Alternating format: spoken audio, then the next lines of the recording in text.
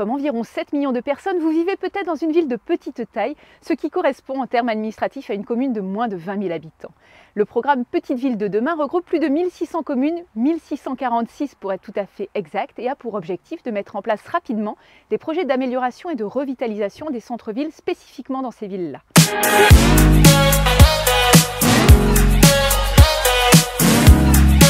La sécurité est au centre du projet. La gendarmerie assure la sécurité des populations de ces communes aussi bien au centre-bourg qu'en milieu rural. Afin de proposer une offre de sécurité adaptée aux particularités locales, elle accompagne les communes grâce à un contrat de sécurité en partenariat avec les maires et les présidents des intercommunalités. Les maires sont les partenaires privilégiés des services de sécurité. Pour faciliter les échanges entre ces acteurs, il existe sur tout le territoire des référents pour les élus.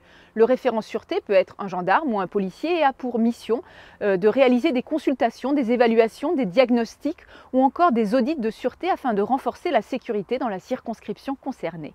La protection de ces communes s'illustre à plusieurs niveaux, comme par exemple à travers la sécurité des exploitations agricoles, la lutte contre les cambriolages, les vols de carburant et de métaux, mais aussi contre les vols d'engins de production. Les forces de l'ordre, grâce au dispositif Opération Tranquillité Vacances, mènent également des missions de surveillance des habitations privées sur demande lorsque les Français qui résident en milieu rural partent en vacances.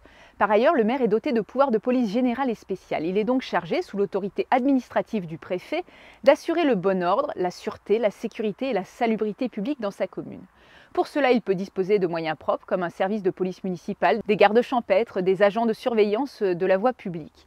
Le maire participe également aux missions de sécurité publique et de prévention de la délinquance avec la possibilité de prendre des arrêtés municipaux pour répondre à des troubles et des risques avérés. Les communes de plus de 5 000 habitants doivent par ailleurs se munir d'un conseil local de sécurité et de prévention de la délinquance afin d'élaborer, en présence du préfet, les politiques et mesures locales pour répondre à ces problématiques. Afin de garantir la tranquillité publique, le maire dispose également de moyens propres comme la police municipale ou le rappel à l'ordre qui réprime les incivilités. Enfin, la puissance publique réalise des actions de prévention pour lutter contre les actes de violence intrafamiliale grâce au déploiement dans les départements de la brigade de protection de la famille qui a pour mission d'apporter une expertise dans la gestion des interventions au sein des familles et la réponse judiciaire.